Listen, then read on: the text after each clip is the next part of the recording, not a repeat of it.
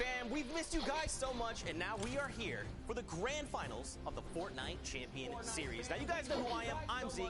Well, let's introduce the crew that will be hanging out all weekend long. On the left of me, you've got Sundown, the luscious locks, T-posing on everyone with a nice little dab. In the back, you've got Dr. Lupo. He recently won an award for being an incredible human being. And to his right, you've got Monster D-Face, incredible content creator, and people still confuse us for some reason. I'm not sure why. Up in front, you've got Shy Wagers, the big man with even bigger plans. He's a 10 out of 10, and by the end of the stream, he'll be eating a cup of mayonnaise.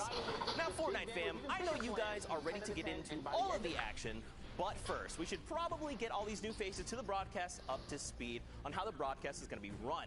Let's start with the broadcast schedule. So right now, we're going to be hopping into Europe during one of the heats going on right now.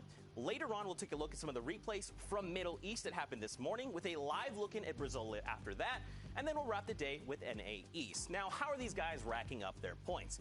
Let me get you up to speed on that. So first off, 9th through 12th will get you 3 points. Like placing between 5th and 8th is 6.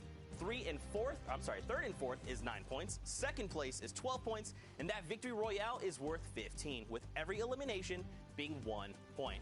Now, the prize pool across the FNCS has been $10 million. And here is a prize distribution for this weekend.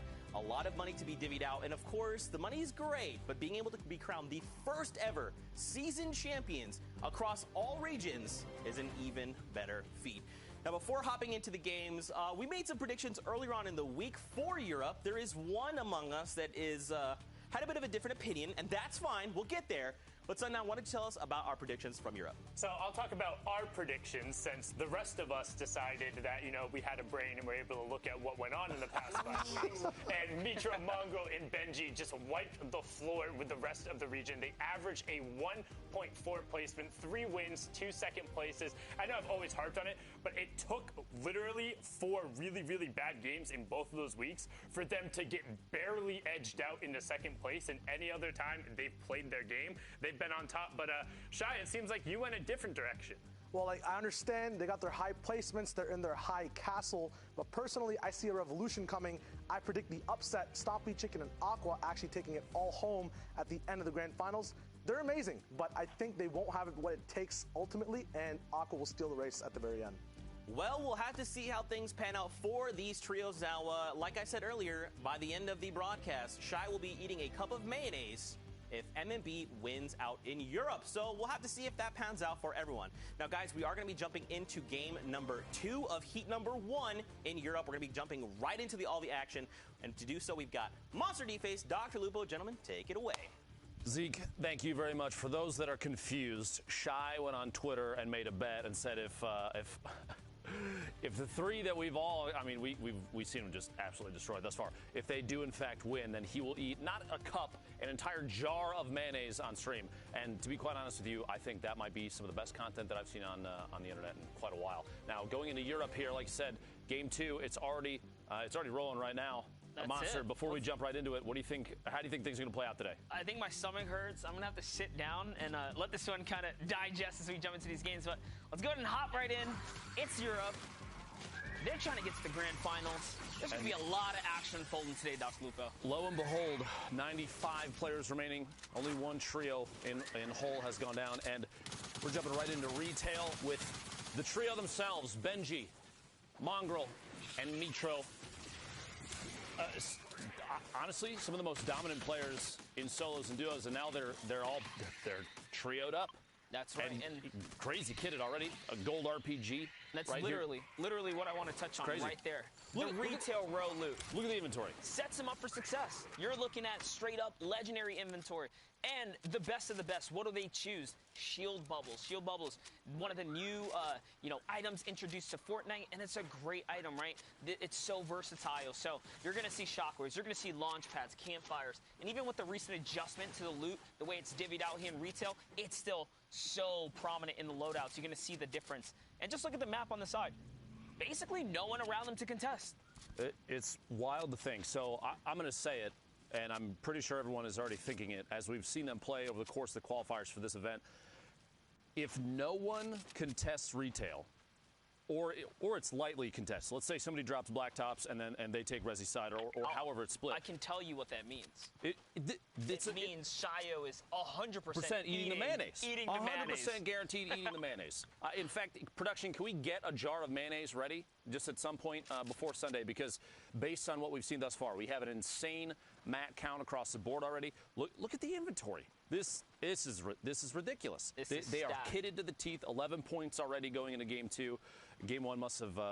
We'll have to take a look back if we can see exactly how that played out for them the previous round. But they're moving in. They have maybe. Granted, we can see on the minimap that there's nobody at Dusty Depot right now, but that's a potential drop spot for a trio at this point. But right now it's uncontested. You see there's builds there and there's no one around.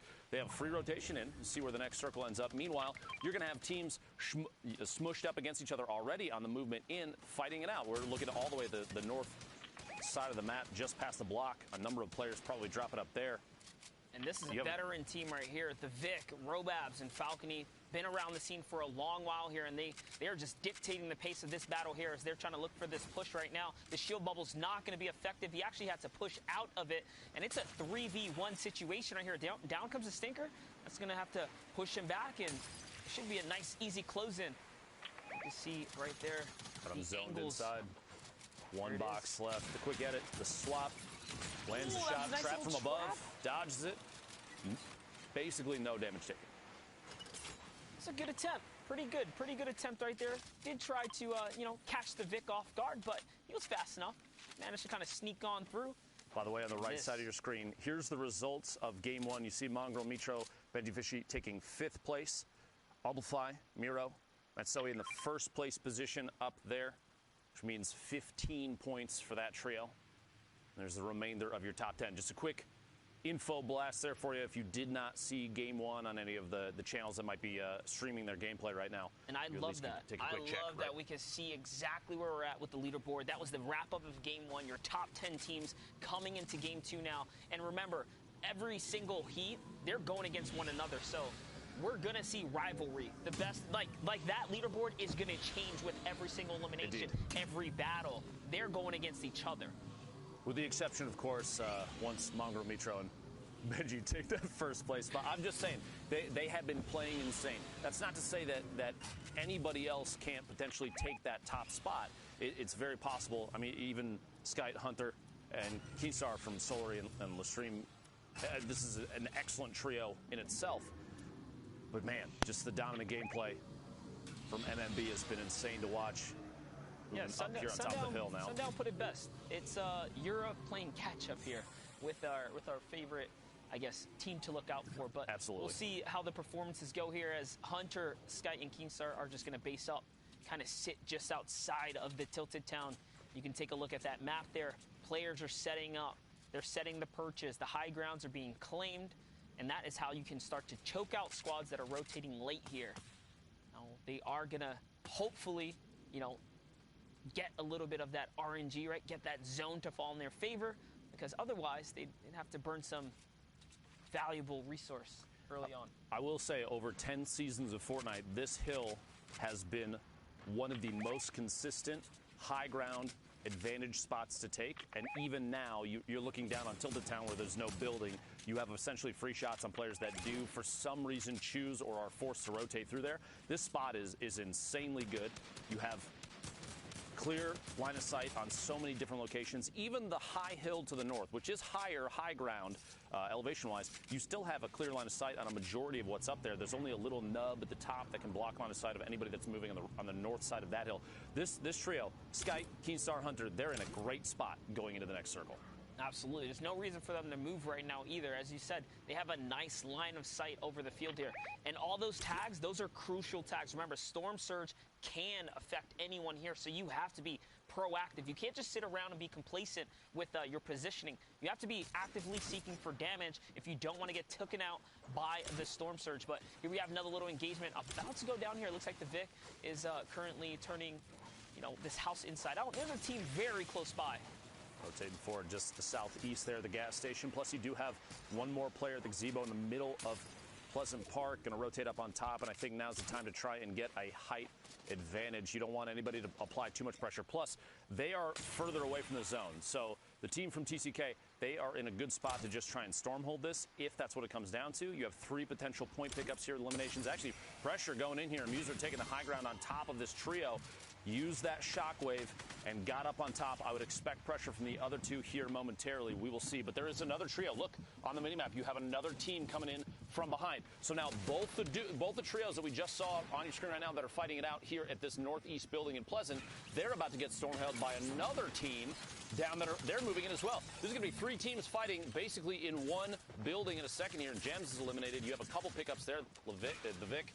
3 eliminations now, a ton of materials, but you do have literally another team on top of them right now. And that's what happens when Storm Surge comes into effect. People do desperate things. So this team was totally fine parked up here, but now they have to force the push here. They have to defend themselves. And lucky for them, they get the tags, they get the trees, and their entire trio is still standing. This is a 3-way battle going on here, all of which is probably forced out because of Storm Surge now. I guarantee you there's some Robab did a good frustration. job here. He's going to get shot in the back. He's the most hurt. He's actually going to shockwave through, trying to find himself a better position here, Dr. Lupo. And he does. He breaks away. He's got a little bit of time to himself now. Good call there to try and rotate away. They are a little split at this point. Falcon Lee's going to have to rotate back. Junior 7 Josh and Tom Wamo all stacked up next to each other right there in front of the garage of that building. Wonder if the campfire is going to be a clue for them. If they do spot it and realize they might be low HP, it might be the time to push. They have a way to pressure. 5 shockwaves in the inventory of Robabs means rotation here in a minute is not going to be a problem. The team shockwave could come in clutch. Might be time for it. You see him line it up. In fact, he might even be marking it just to say, hey, let's get ready to go. Indeed, that's what he was doing. There we go. Rotation all the way south. Look at that. Solid push ahead of the team that did apply pressure moments ago. They have the circle advantage now, and now they are sitting at the forefront, able to stormhold. And a what big a move there. reckless push. They had the zone right here. They did. They go outside the storm, the safety zone, just to try and force that fight, and then failed. You got to think the potential chance of taking damage from the storm, the storm surge might have been the reason for the push. Not 100% sure. We didn't have the number up on the screen at that moment, but you have to think throwing away a positional advantage the last second there, especially because you know the storm timer. The circle timer is on your screen, so they know that at some point, if they're going to push, they need to make it quick or they just need to wait. Chose to move out there, and now they're on the outside. Meanwhile, 3 HP. The other 2 from the trio. Matsui Amplify still up. This is the winners from game 1, by the way. Oh, they are. 25 points, a big lead going into game 2. This is what we like to call shambles loot right here, man. Miro with no heals, 3 HP in the dream. Amplify also equally hurt. They do have a couple of eliminations to their name here, but it's looking pretty dicey. Look on your mini-map. They have to rotate past so many teams, and they're sharing loot right now just to try and give everybody a chance. I almost would say maybe Miro drop everything that he's got just in case, any chance to boost up the other 2, because at this point, 3 HP is not the best situation to be in. Here we go. Matsui pushing forward. The other 2 not yet on his tail. You can watch on the mini-map just a second there. You actually right have to appreciate Matsui kind of leading the charge here. He's the only one with shield on his team, so he says, you know what, I'm going to go out first. I'll do the building. I'll do the leading here, taking the pack to the next zone. And, I mean, it gets him a little bit closer to the safety spot. I think the play here is either catch a pick, get this siphon, or buy time, right? Hopefully a launch pad comes down. You guys get a little share time on it, and they can get that way to the zone. That audio cue, you hear the shockwave. That actually is a very good signal for them. Being low HP, they don't want to make a move before somebody else. And Hunter gets almost beamed into the ground, but now they know that they're basically free to rotate. The team that was potentially going to be a problem. Big hit there. Gets the elimination on Hunter. Very valuable. Amplify does, in fact, go down. You see in the top left, Raxo takes him down from D-Mine. 23 trios remaining, 61 players total. The threshold on the middle right, they're 343 damage above. But Miro still sitting on only 3 HP. The mini's going to be a big pickup there. Now 53 total. At least he gets him a little more health here, right? Puts him in the game, keeps him in the running just for a little longer. Now he has the option to pick up this blue pump, and he actually is going to opt into keeping the gold tack. That's actually a pleasant surprise there. Wouldn't have thought that, the pros would take the slower pull-out time from the gold tack over the blue pump. You get a 200 damage hit with the blue pump. Can mean the difference between making it into the circle and getting stopped by somebody. Maybe you get surprised inside your own box. Somebody takes your wall. Situational awareness is big for the blue pump to be extremely effective, and your accuracy has to be on. But, man, when the thing hits, it really hits. You really got to appreciate this push right here because they're still fighting for this game right here. There's a minigun over to the left. That hit right there is going to hurt a lot, though, because, again, the heals are so sketchy here. I think they have one more mini left to their name. Yeah, perfect time to come with the explodes right there. He's trying to break through the build. Someone's going to catch a sneak shot from behind, though. That back right corner, Miro down to 49 on the ground. Matsoe probably going to have to leave him out to dry there. Another team making moves on the side. The safe zone, the next safe zone is the bottom middle of your screen, or bottom middle of the current safe zone. You see in the bottom right there, the mini-map. 5 damage below the threshold. Skype solo right now looking for a tag, and he does actually find it, and an elimination is a big point right there. 20 trios remaining to get close to placement points before too long. Just looking at the feed, I saw Mitro still in the running here somewhere in the game, so that trio, top 5 trio, still in the running here. I think our #1 team might have been completely wiped during that push right there, so they're out. They cannot accumulate any more points, but they did pick up a lot of eliminations, so you best believe they're still in the top 10 as far as we know right now. But it's so early. It's still so early. There's a lot of opportunity here. We still have a number of games left. Camo, Harmy, and Pepper at the top of this, looks like 4 or 6 block tower. Stinger to apply pressure while the minigun is going. Love the EU tactics. You don't see too much minigun other regions right now, but this Tamawamo does go down. Well, imagine that many rounds from a trio all shooting at your single build and you're by yourself. It basically GG at that point. And this team here is also just heavy on the elims right now.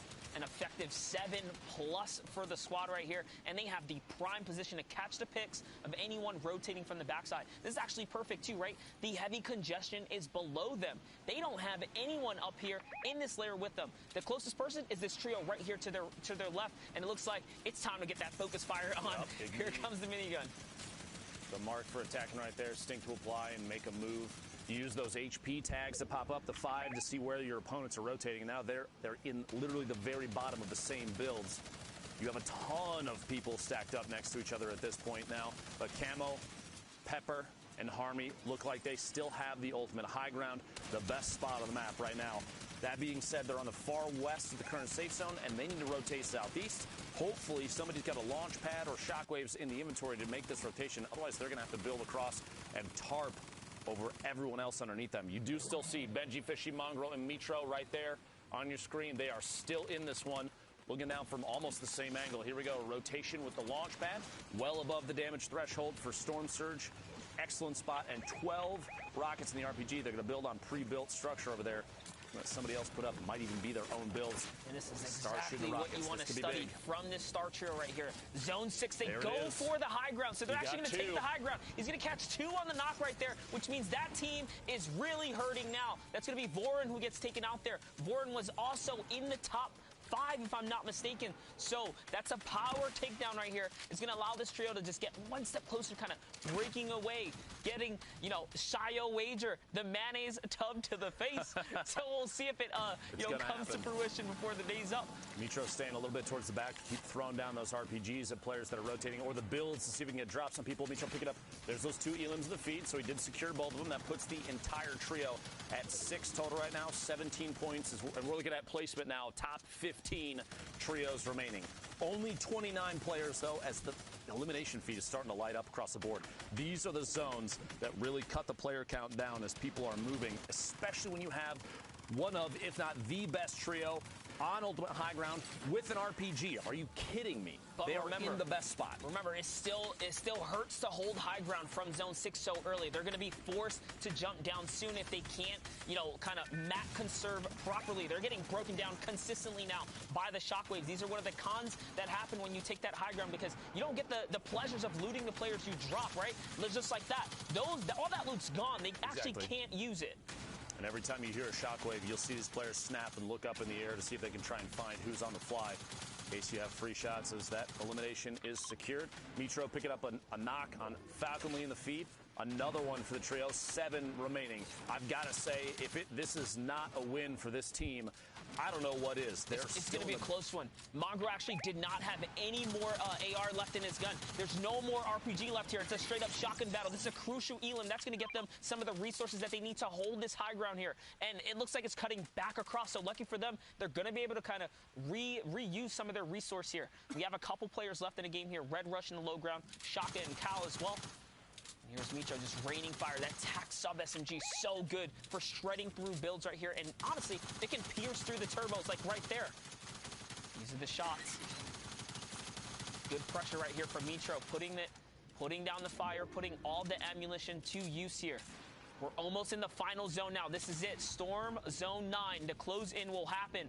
Looks like Benji Fishy's going to go for that high ground. You saw him elevate himself right there. So he's going to get out of the harm's way of the shockwave, and Micho's going to stay down here and just get down and dirty with the TAC SMG right now, Lupo. You have to remember at the last set of placements here, the points really kick up as you go from 5th to 4th and 3rd to 2nd, and then the Victory Royale. So every time you see a player go down, like right there, the 4 trios remaining get even more points.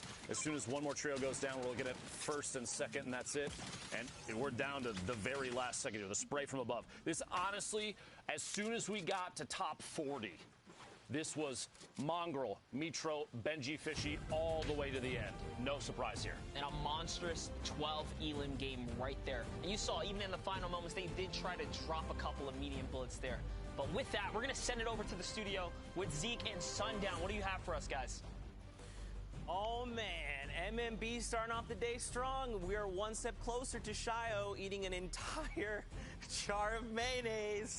It's escalated because he said cup, but we really didn't define cup. Some people was like, is this a standard measuring cup? And someone was like, honestly, it should be a World Cup. I was actually just back in the kitchen looking to see if we could find any mayo. I'm gonna have to make a run tomorrow because after that last game, it was just incredible. So that is 2 matches down in the heat. Let's take a look first at the standings and see where we're at after the first 2 games because, that's weird. Who's that up top? This might as well just be Shio, eat mayonnaise. I mean, I think so it the reads. one thing, and we saw they had a number of elims. They were in actually 4th place after the first match, but then the 12 elim plus the victory royale. Zeke talking about it, every single one of those being a point, and then the victory royale being 15 as well, pushing them up to 38. They're already 7 points clear of Falcony, Robabs, and the Vic, who've been playing very well. 19 elims there is pushing them 5 points clear of Amplify, Miro, and Matzo, who had an incredible first game. I mean, it's been an... Oh. I just want to throw out a quick little apology. Based on score, I had assumed that because Matzo, Miro, and Amplify had first place, that they had the Victory Royale. They, in fact, did not. So, my apologies. All we were given was placement on the screen. That's my bad.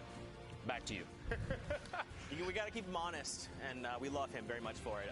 But don't forget, the top 8 are moving on from this heat. So right now, you must be this tall to ride. So if we're looking at just top 8, the points, 18, that's just like a victory royale is worth 15 points in and of itself. So even if you get that victory royale with 3 eliminations, you can now look to strike up in the top 8. So, and we're only in 2nd game. We're about to head into game number 3. What does this spell for, like, all of these other teams? Yeah, you just have to stay consistent. You have to not fear. If you have a couple of bad games, that's okay. If you're able to get in, get situated, get a couple of eliminations, get some placement points in there. As you can see right now, to be on the first page, it's 11 points up there. But one thing I do want to take a look at here is some of the gameplay that came out from Mongrel, Mitro, and Benji. They were able to play so well, and Lupo even hinted at it, saying at around, like, top 40 or so, you could kind of smell that they were going to have that victory out. It had the sense of, hey, they were going to get high ground. They had everything they needed. It's like, oh, this looks like it's going to be a win from them. Let's hop on in and see how they're able to execute and get this done. And one thing you'll note is when they are on high ground, they're so incredibly disciplined with their angles. They're constantly looking around, adjusting, putting rockets towards their opponents, and then keeping control, working with each other to make sure that they're finding the right targets. I mean, Mongrel's aim on people who are in the air, honestly, you'd think he's using a controller, the way these players just get beamed as they come through, but no, it is just his amazing bro. just as Mitra would say, that's crazy. They are running it through 38 points up top. And again, always on the high ground. And for me, that's what's so impressive. In a meta where there's so many RPGs, so many shockwaves, the way they're able to not only get initial control, but then run the rest of the lobby without having to drop down and putting themselves in bad situations. They were never threatened. Count the number of times in this clip that bullets or anything are being shot back towards them.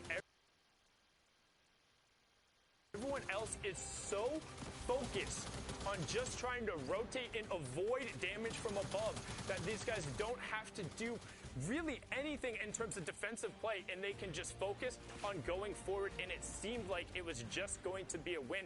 And honestly, I want to roll this all the way back to Shall We Just Be talking about the retail drop spot and how your early game sets you up for an advantage.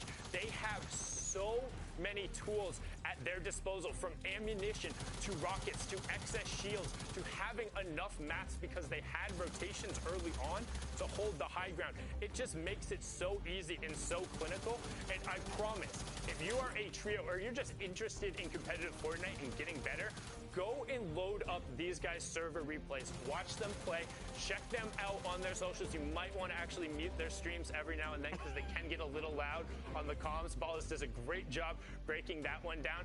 And let's actually take a look at page 2 of the standings, because as we talked about, in the heat formats, the top 8 are going to advance. But just so you can get a hint, 5 elims right now is getting you up into that second page. There is 32 teams in each one of the heats. You need to be in the top 25% in order to advance. In Europe, every single one of these guys is impressive, but they're all capable of stringing together a couple of good runs. You have 6 games. A third of them are down. You're now into kind of like the meat of it. In the next 2 games, you don't want to fall out early. So expect to see some intense battles early on and maybe a little bit more passive play kind of in the mid game, because people don't want to get dropped out. You don't want it to be a third game and then fall out and realize, oh, we're that much more off the pace. Now we really need to be pressing forward. I think you'll start seeing aggression in games 5 and 6, but 3 and 4, they're going to be playing a little bit more like me. Hanging out, just being like, oh, there's people over there? No, I'm good. So not like me, who does not even get to play. Got it. Yeah, we'll have to see how things go, because again, like Sundown's saying, you have to be top 8 if you want to move on to grand finals. So for a lot of these teams, I think we're going to see that, though. Maybe even some teams that are even on, say, page 3, they want to try and make top 8. So they might just say, look, we're going to contest MMB at retail. Let's just go for it. We have 6 games. Let's try it once. If it doesn't work out, we'll change up the plan. But I mean, I know that's tough, a tall order. I'm aware. I wouldn't say, like, so retail loot is strong, but there's a reason why you see the most dominant teams kind of staking their ground in retail, because it's like, come and challenge us if you want, because if anything, that benefits us more. We're confident that we can take those early game fights with you. Like, if you want to split and try and do the blacktop house, so please like, share, comment, subscribe, everything. This is about to end, so I'm ending these live streams, so please like, share, comment, subscribe. Bye. We're out.